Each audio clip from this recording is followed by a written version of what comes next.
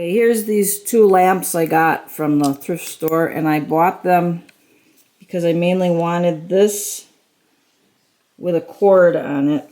This one had the added bonus of being a glass float, which I surely am not going to break because I'll use it as a hanging ceiling light with a different cord in it.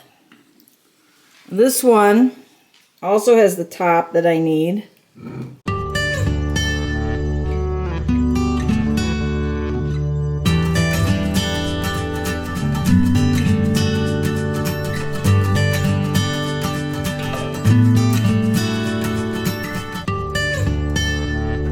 Okay, so here we go with the wire cutters.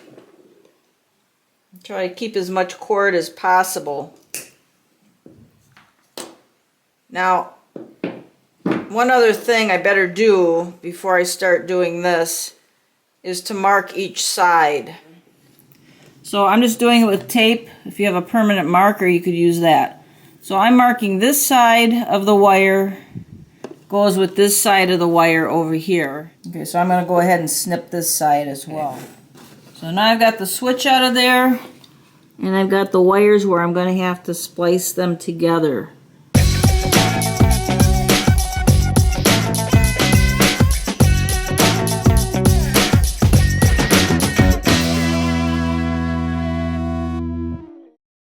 So what I decided to use are these lever nuts. Now this is just called Wago. There's other brands like Ideal. This one will take this gauge wire. It says on the back. Usually a lamp, I think, is about 18 gauge wire. And these are simply, they snap into place. But first I have to strip a certain amount off to expose the wires. Okay, I also can remove the wires now, making sure the tape doesn't fall off. And I'm going to pull it right out through the top, and this is junk. Okay, first the two pieces of cord have to be split to separate the wires before I take off some of the protective insulation.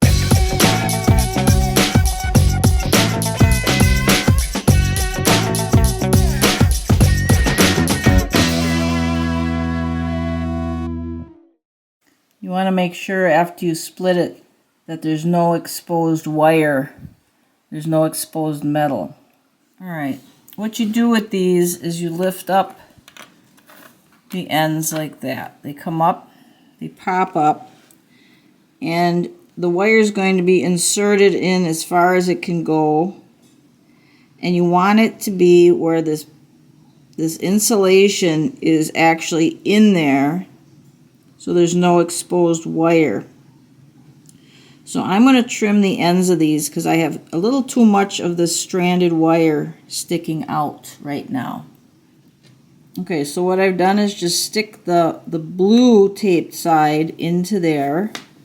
And now I got to take the other end that has the blue taped side. I have to separate this, snip off some of the insulation, and then that blue tape side is going to go into there as well. And then we'll have both of the correct wires spliced together. These things are really nice because they give a little satisfying click, and you can really pull on them and that wire is not going to come out of there. It really is cinched in there. And when you're working with stranded wire like this, avoid losing any of the strands because they're all carrying the electrical charge, and you don't want to lessen the ability of it to carry that charge through.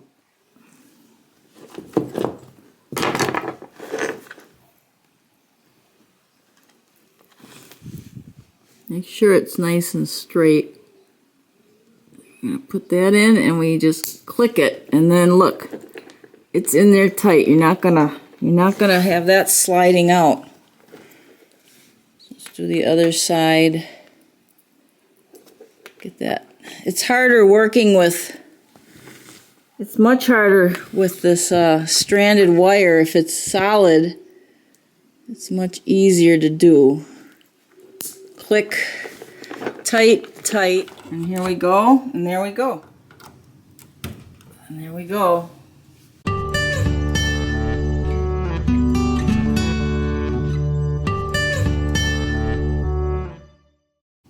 And here's the shelves from some scrap wood. I gave them 2 coats of polyurethane.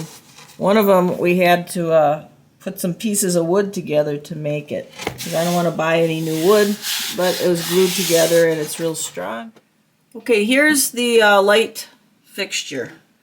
So these were the salvaged thrift store lamps, and here's the salvaged pallets.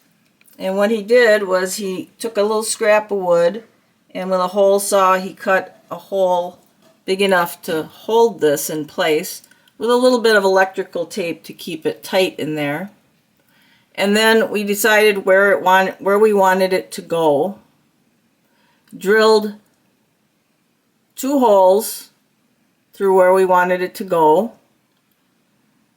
And then from the back, we stuck 2 nails through those holes, and then we pressed the wood, this little piece of wood, up against the nail tips so that there were impressions on the back of this little piece of wood. And then he could take that little piece of wood and drill holes into where the impressions were to make it easy. And all we put it on with were the 2 nails through the back with a little bit of wood glue. And I found some little hangers that were sitting around in a box.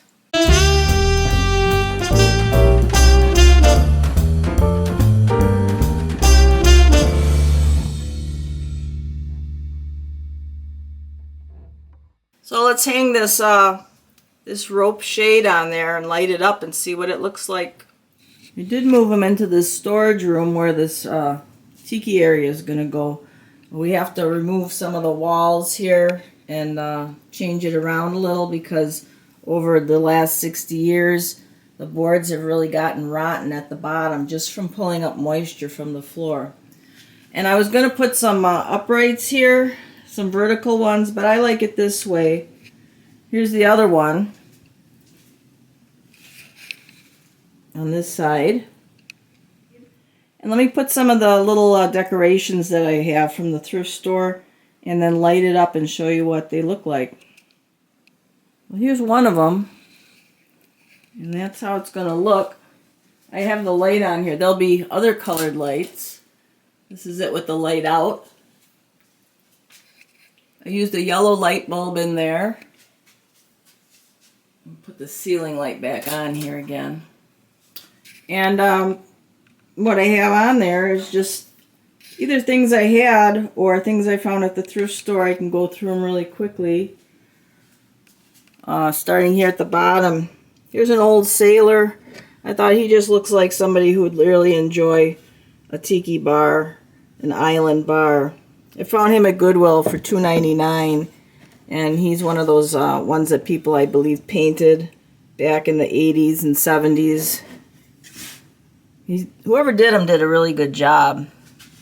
I just liked his expression. And next to him we got an old sailing ship. The price tag's still on it. It was at a church rummage sale for $2. And next to that is Sailor Jerry. There's a bottle in here and a poster. I bought that a long time ago. Whereas we drank up the rum, and I saved that because I like the nautical items as well as the tiki items. So I thought that would fit really well in here. And then if you have something mid-century here, you got to have Dorothy L'Amour. Thinking back to the films of the 1930s, the late 30s, and into the 40s. All those films on the tropical islands. So I got Dorothy L'Amour's picture here. I found the frame at a thrift store. It's a nice wood frame. It looks very tiki-ish. And it was like $3. And I bought the picture, though, on eBay.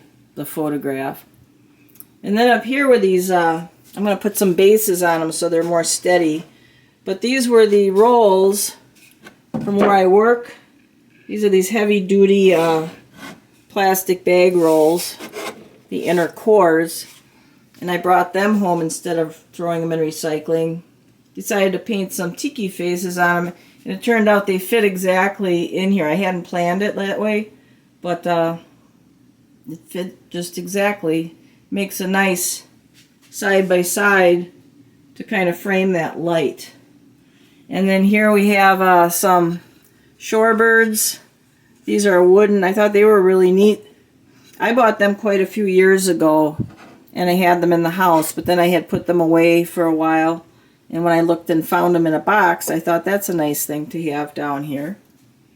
Up on top, let's go way up here. This is an old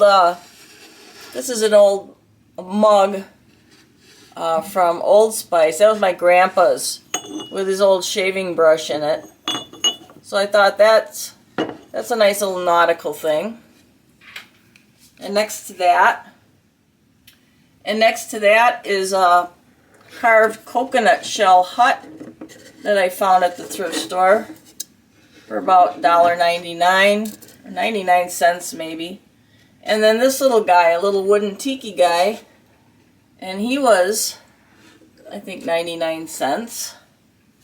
And next to that is a wooden carved fish that I had. So that's the one display, and I like it. I'll show you the other one. I can't light the other one because I have to get a cord yet that has a plug, a double plug on it. So I can't light them both at the same time. But that's the next step too, is to get the right kind of cords and wiring. So let me go over and see the other one here. And this one, of course, will be lit up the same. It's got the yellow light bulb in there, exactly as the other one. So starting at the bottom, I got that little bobblehead tiki guy. I guess he came from Target at one time. These I found at the thrift store. This one and this guy right over here. And they're just candle holders. They're not chipped or anything. They were $1.99 each. And I'm going to put some little candles in them. They're flanking a Hawaii souvenir. It says Hawaii on it. Now, I don't know if this is one part of a bookend or if this was just meant to be flat so you could put it up against something. But I found this at a church rummage sale. So he's the god, one of the gods. I don't know if that's Ka. You have to look that up. So he's in the middle there. And then here's a plastic tiki mug that I found at the thrift store too. His top comes off. He has a hole for a straw, but I'm just going to use him as a display. He looks like he's made of wood if you don't look at him carefully. And then here we have the same thing, these guys that I painted. And I have one more that I have to paint. They're all different colors because I'm just using up scrap craft paint that I had around. This I found at the thrift store. This is a gourd. So some kind of tropical gourd. And it was $1.99. I still got the price tags on them. And it's very, I don't know if it's like a calabash type gourd, but it's very pretty and it's very smooth and polished. So I thought that was neat. Flanking that are two little fish. I love their expressions. They were at Salvation Army, and they were $1.99 for the set. They're actually salt and pepper shakers. I saw them there one week, and then I thought about them. Thought I really should have bought those. I went back the next week, and they were still there. And on the top shelf, more nautical stuff. Here's a tropical fish. These are plastic tropical fish. I had these three fish for a long time. I think I bought them probably over 30 years ago. And I used to have them up in the house. And then they too got put away in a box at some point. So I brought those out. And then the final thing up here is this mug, which was also from the thrift store. He was half price because he must have been sitting there a long time. He's a Brad Parker Tiki Shark mug. He's not chipped. And he's got the cool Tiki guy on him. He's ceramic. I might leave him up here, or I might use him on the back bar, actually, as a cup that somebody could have a drink out of. So there's the setup right now. Now in the middle, there's going to be a big mirror going there. There's going to be a fringe of thatch, and all these walls are going to be covered with reed matting. But there still needs to be a lot done back here before we go any further. These walls, something has to be done with these walls, and around the back side, this wall is going to be removed, but it's going to be used. So this is all going to open up to the rest of the basement. I'll just finish by saying that each one of these Tiki displays is made from 51 pieces of scrap wood, including the pallet wood and wood we had sitting around, and old floor. This is scraps of old engineered flooring that was left over from projects. So we really used up a lot of stuff around here to make these, and we're also going to be using up more scraps of wood to make the bar.